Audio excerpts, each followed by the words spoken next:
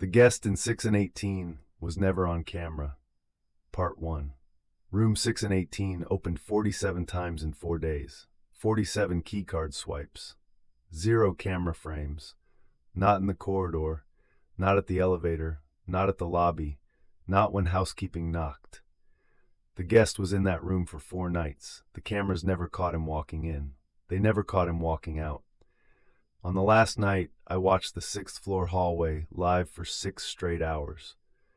The door opened. No one came out. His name was Thomas Vale. I printed the folio. I have it here. Let me back up. 17 years at the same property. Started as a bellhop when I was 22. Wheeling luggage carts across that lobby floor so many times, I can still hear the specific squeak the left rear wheel makes on the marble near the elevator bank. Worked my way to front desk, then night audit, then night manager. The kind of career arc that happens when you keep showing up and you're good with numbers and you don't panic when things go wrong at 2 a.m. That hotel was a full-service Marriott. Downtown property. 22 floors. 340 rooms, convention business, corporate travelers, the occasional wedding block. We had a grand atrium lobby with a 15-foot ceiling and a fountain that I turned off every night at 11 because the sound of running water at 2 a.m. will make a person lose their mind. Wednesday night, middle of October, we were in a dead stretch between a pharmaceutical conference that had just wrapped and a regional sales summit coming in Friday. Maybe 40% occupied. Quiet, the kind of quiet that lets you actually think. 11:15, I come on. Handover from the evening manager, Dominga, who leaves me a log with 2 items. A guest in 309 who called twice about the AC, and a noise complaint from 6114 about thumping from 6 and 18. The AC in 309 was a known issue. I noted it for maintenance. The noise complaint was logged but resolved. Housekeeping had knocked on 6 and 18. No answer. Sound had stopped. Dominga noted, D&D active on 6 and 18 at time of knock. Did not enter. I poured my coffee, sat down at the front desk. Standard night. I started the audit queue, checked the arrivals list for Thursday, reviewed the departure folios. Around midnight, something made me pull up the 6th floor camera. I don't know exactly why. Habit, maybe. Sometimes you just want to see something. Put eyes on the corridor where the complaint came from and confirm it's quiet. I pulled 9:30 p.m. to 10 p.m. Hallway quiet. One guest from 609 doing an ice run. I rewound to 9 p.m. and watched forward, and I noticed that the keycard log, I have a small split on my security monitor that shows door events in real time, showed a 618 access at 9:17 p.m. Door opened, clean entry, standard log entry. But on camera at 9:17, the door to 6118 didn't move. I figured clock drift. These systems don't always sync perfectly. I watched 30 seconds around 9:17 in either direction. The door never moved. I sat up a little straighter. I pulled the full keycard log for room 6 and 18, Sunday through Wednesday, 47 entries. I pulled 4 nights of 6th floor hallway footage. I made more coffee. I sat down at the security workstation in the back office, 2 monitors, 8 camera split, and I went through 4 days of footage, hour by hour, looking for Thomas Vale entering or leaving room 618. In 47 logged door accesses, the door to 6 and 18 did not visibly move on camera once. Not once. The door was never shown opening or closing in any footage at any point on any of the times the keycard system logged an entry. So I pulled the elevator cameras. Thomas Vale had checked in Sunday at 6:31 p.m. per the reservation log. He would have taken the elevator to the 6th floor. I pulled Sunday's elevator footage, all 4 cars, each with a ceiling-mounted camera. I looked for anyone going to floor 6 between 6:30 and 8 p.m. 14 people rode the elevators to floor 6 Sunday evening. I watched every single one of them get off and walk down the corridor. Not one of them went toward the east wing. Not one of them walked toward 6 and 18. I pulled the lobby cameras from check-in. Sunday, 6:31 p.m. The reservation showed he was checked in by the evening desk agent, Renata. I found the right time window and I found him. A man at the front desk, medium height, dark jacket, shoulder bag. Renata processed him, printed the key card sleeve, handed it over. He picked it up. He turned from the desk. He took 4 steps toward the elevator bank, and then the lobby camera was showing the lobby. He wasn't in it. He didn't go through the front door. The door sensor log shows no exit at 6:34 p.m. He didn't reach the elevator bank. The elevator foyer camera shows no one approaching at that time. He turned from the desk, walked 4 steps across the marble, and disappeared. Mid-stride, gone. I called Renata. It was after midnight. She answered. "The man you checked in Sunday," I said. "Room 6 and 18, Thomas Vale. What did he look like?" "Medium height, 50s maybe. Dark jacket, shoulder bag, actually rolling bag? No, shoulder. I'm pretty sure shoulder." "After you handed him the key card, where did he go?" A pause. "The elevator, I assume. I had the next guest right behind him." "You didn't watch him go to the elevator?" "No, Is something wrong with his room?" I told her I was following up on the noise complaint. I went back to the footage. The hotel had over 800 cameras. I didn't go through all of them, but I pulled all 4 lobby angles, all 4 elevator cars, the 6th floor corridor, the fitness center, the parking structure entrance, the pool deck, the rear service entrance, the restaurant lobby. Thomas Vale, or anyone in a dark jacket with a shoulder bag, arriving Sunday or any time since, was not in any footage.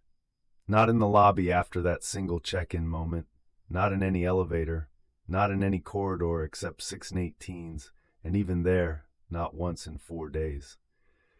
Room service had delivered twice. I had the log: Tuesday, steak dinner; Wednesday lunch, burger and iced tea. I pulled the 6th floor corridor footage for both delivery times. Tuesday, 7:42 p.m., Marcus from room service walks off the elevator. He walks to 6 and 18, knocks, the door opens. I can see the door gap on camera. I can see it physically move. And Marcus holds out the tray. The tray goes through the gap. The door closes. I paused the footage at the moment the gap was widest. 18 inches. The room lights were low. And in that gap, in the 18 inches of open doorway, there was no one. No hand, no sleeve, no shape. The tray went through the gap by itself. I called Marcus on his cell. "The 6 and 18 delivery Tuesday," I said. "The steak. Did you actually hand the tray to someone?" He thought. The door opened. I put the tray through. The door closed. Someone opened it. "Did you see anyone?" The room was dark. I figured no, I didn't see anyone, but the door opened. "Did you get a signature?" "There should be a receipt." He signed for it. I pulled the room service receipt. Signed, Thomas Vale. Neat capital letters, ballpoint pen, pressed hard. Marcus confirmed he'd brought that receipt back to the kitchen with that signature on it. Someone had signed it. Through an open door. With no one visible on the other side, I pulled the minibar log. 17 items across 4 nights. Housekeeping confirmed use on Monday and Tuesday. Bed slept on the left side. Towels used. Soap opened. 1 shower cap taken. Tuesday's housekeeper noted a $5 tip in an envelope on the nightstand. Somebody was in that room. Somebody was sleeping there, eating, showering, answering the door for room service. And in 4 days of footage from 800 cameras, they appeared in exactly 1 shot, the check-in lobby image at 6:34 p.m. for 4 steps. Then they went somewhere the cameras couldn't find. I pulled the credit card authorization. The Visa business card on file had pre-authorized for $847.44. It had approved cleanly.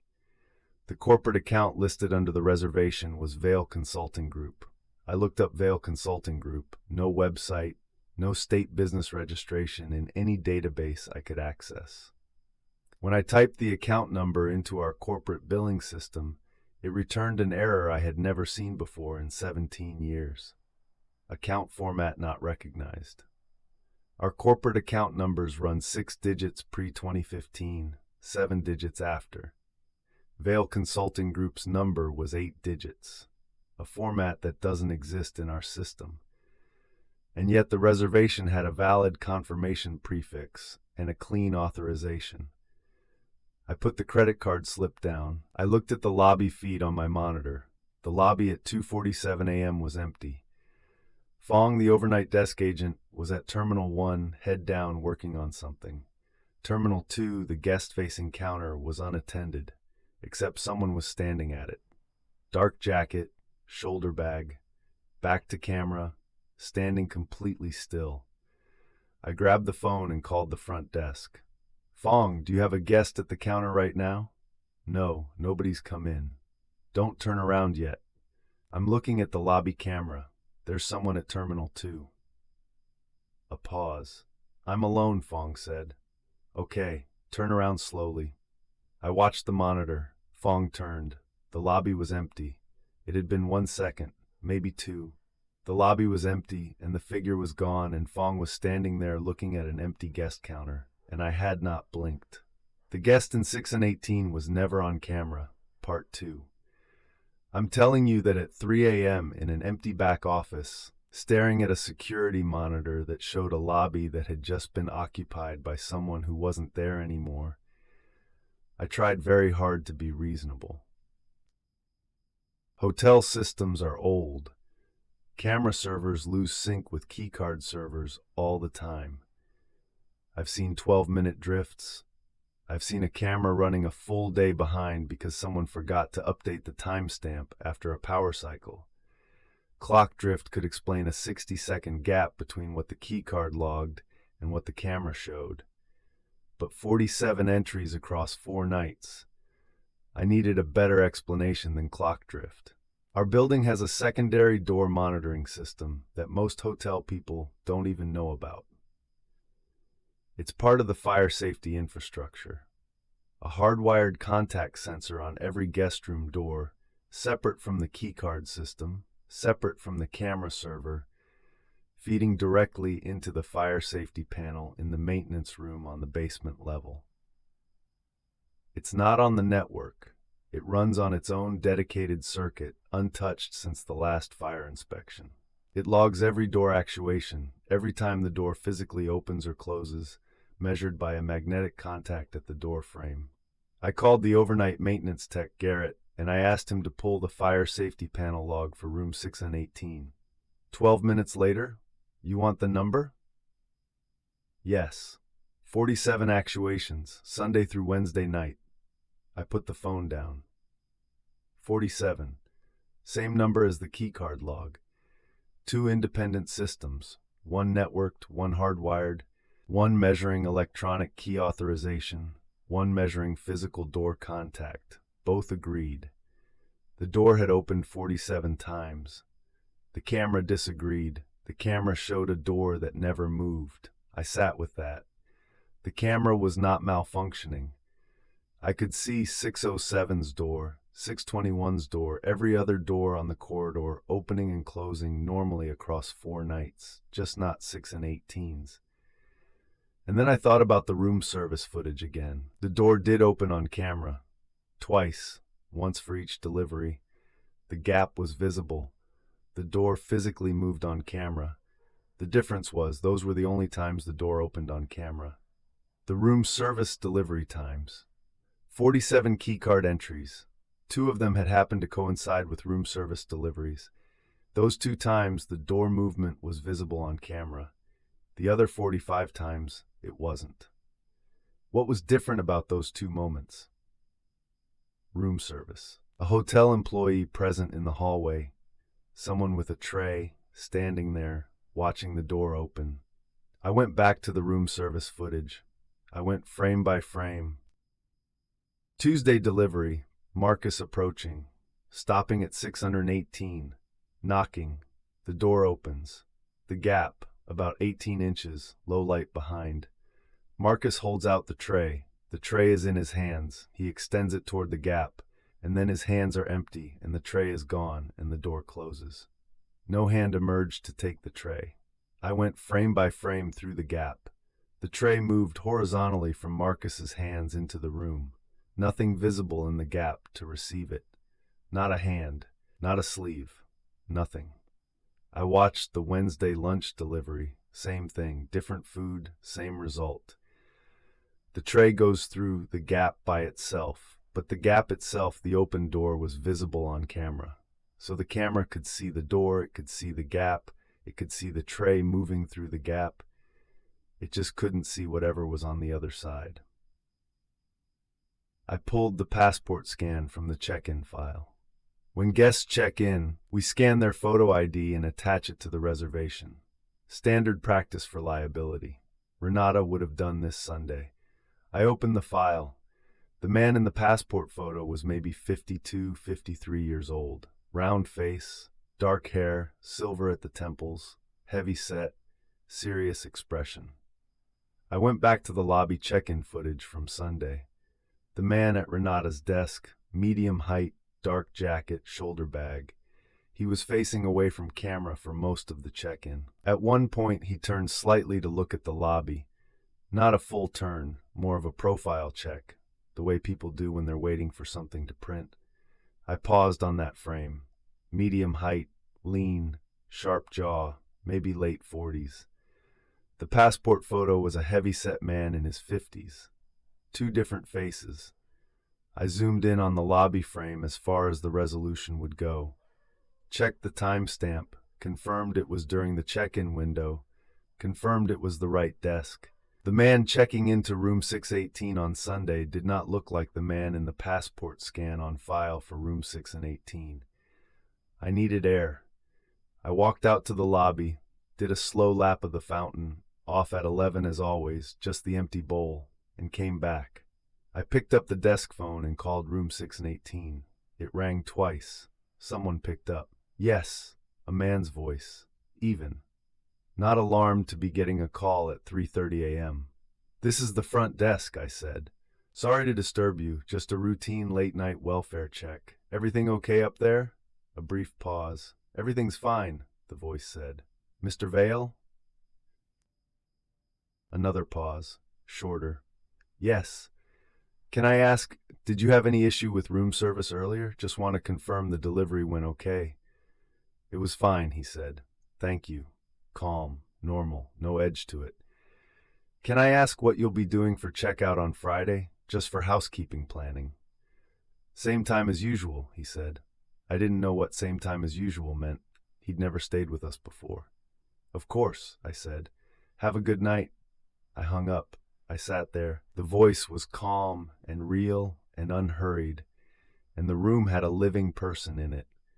A person who'd been sleeping and eating and signing room service receipts and leaving $5 tips and consuming minibar items and pacing hard enough that the guest in 614 could hear it through the wall. A person who did not appear on any camera.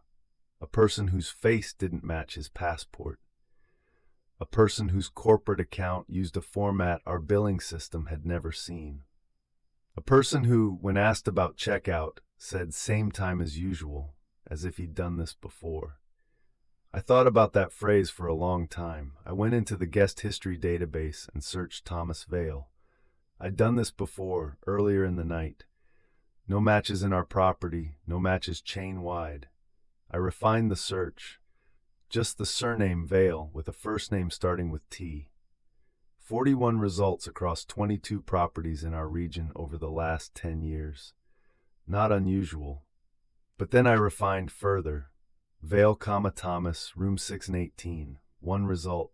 This property, this room. Check-in date, October 11th, 2015. 4 years ago, I opened that record. Check-in October 11th, 2015. Check-out October 15th, 2015. 4 nights, room 6 and 18. Rate corporate, the corporate account number 8 digits, the same account number. And the folio status, closed, disputed. The charge had been reversed after checkout, a full reversal. The notes on the reversal said, "Guest disputed all charges. Advised no stay occurred. Card issuer confirmed no authorization. Charges written off per GM approval. Name redacted. No stay occurred.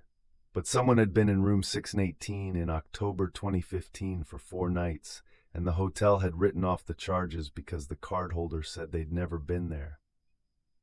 I looked at the check-in staff name on the 2015 folio. Night manager, E4917. I pulled up the employee directory. E49117 was a night manager named Carl Hoyt who had worked the property from 2013 to 2016 and left with no forwarding information. I found Carl Hoyt's personnel file in the archive. His resignation letter was dated October 16, 2015, the day after Thomas Vale's 2015 checkout, 1 day after. Carl Hoyt resigned the day after Thomas Vale checked out. The resignation letter said, "Personal reasons, effective immediately, no 2-week notice." And in the file, paper clipped to the back of the resignation letter was a single piece of paper, a printed still image from a security camera. The back office, 2015. A person sitting at the security monitor workstation, reviewing footage. Carl Hoyt, I assumed. And standing behind him in the image, in focus, perfectly clear, a man in a dark jacket, not looking at the camera, looking at the monitor screen in front of Carl Hoyt. I looked at that face, round, heavy set, silver at the temples, the passport photo. That was when I realized the passport scan was not a mistake.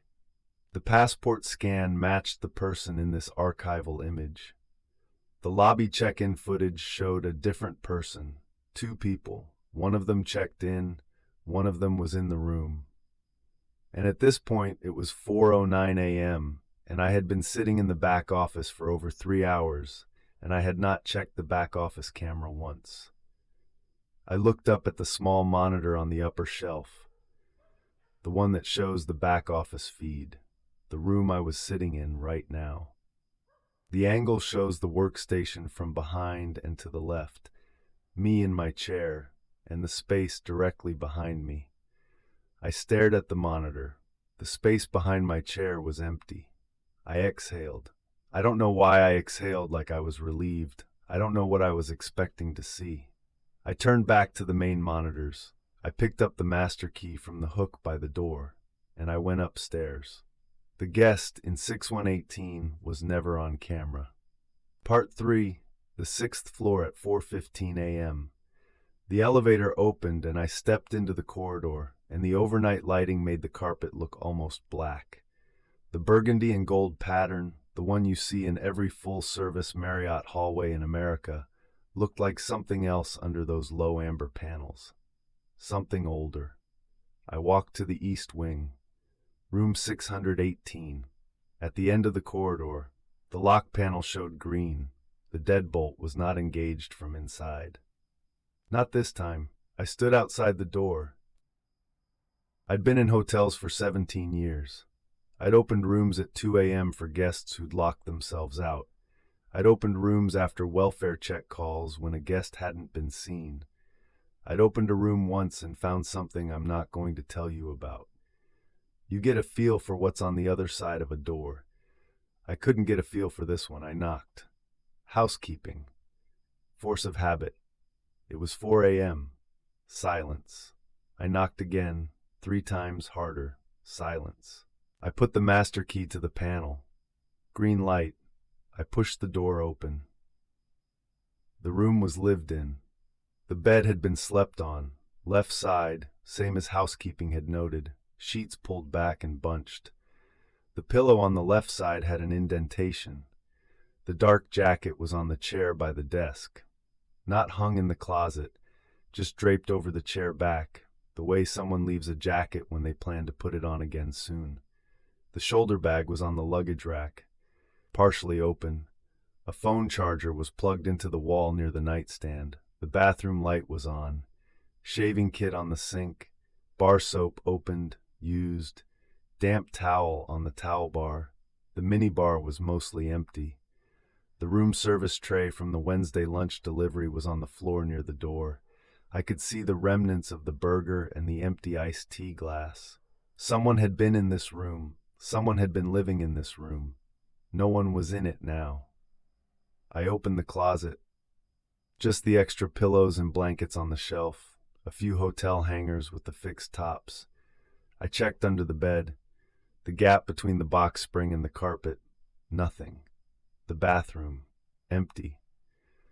I stood in the middle of the room and I looked at the dark jacket on the chair. Dark jacket, shoulder bag. The same things I'd seen in the lobby check-in footage Sunday at 6:34 p.m., 4 steps before he disappeared. I pulled my phone out. Our hotel's security app shows a live feed of all camera zones. I opened it and found the floor 6 corridor camera, the hallway outside the room. I could see the door to 6118 in the feed. It was open, just slightly, the way I'd left it after I came in. I stepped back into the hallway. I looked at my phone. The camera did not show me. I was standing in the hallway, 3 feet from the doorway to 6118, and the live camera feed on my phone showed an empty corridor with a slightly open door. I looked up from my phone at the physical hallway. I was there. I looked back down at the phone. I was not on camera. I waved my hand, a slow wave, arm extended, the kind of motion that would be visible from 15 feet away on any working camera. Nothing on the feed, just the empty corridor. I walked 6 steps away from 618 toward the elevator, watching my phone. The corridor was empty on the feed, no movement, no me. I turned and walked back towards 618, empty corridor. I put my hand flat against the wall and dragged it 6 inches hard, the way you would if you were trying to make a mark on something. The feed showed the wall, no hand. I went back into the room, sat down on the edge of the bed, looked at the phone. The hallway camera showed the open door to 618 from outside. Inside the room, I was invisible. I want to be clear about this, a normal person. I'm not someone who jumps to conclusions. 17 years of hotels teaches you that most strange things have boring explanations. Strange sounds are HVAC. Strange lights are electrical. Strange readings are system lag. You look for the boring explanation first because 99 times out of 100, that's what it is. I could not find a boring explanation for being invisible on a live camera while standing in a building with cameras I knew were working. In a corridor I had just watched on that same feed from the back office 15 minutes ago. I closed the security app. I stood up from the bed. I looked at the room, the jacket, the bag, the damp towel, the indented pillow. I took one of the housekeeping comment cards from the desk, the pre-printed kind we leave in every room with the satisfaction survey checkboxes. I found a pen in my shirt pocket. On the back of the card, I wrote the date, the time, 4:22 a.m., and I wrote, room occupied, no guest present, camera anomaly confirmed, employee ID, my ID, master key access. I set the card on the desk. I walked out of the room. The door closed behind me. I walked to the elevator. When I got back to the back office, I sat down at the security workstation. I pulled up the footage of myself entering and walking through the 6th floor hallway from the past 20 minutes. The corridor camera showed the hallway from 4:13 a.m. onward. I watched myself step off the elevator at 4:13. I watched myself walk to the east wing. I watched myself stop outside 6 and 18. I watched myself knock.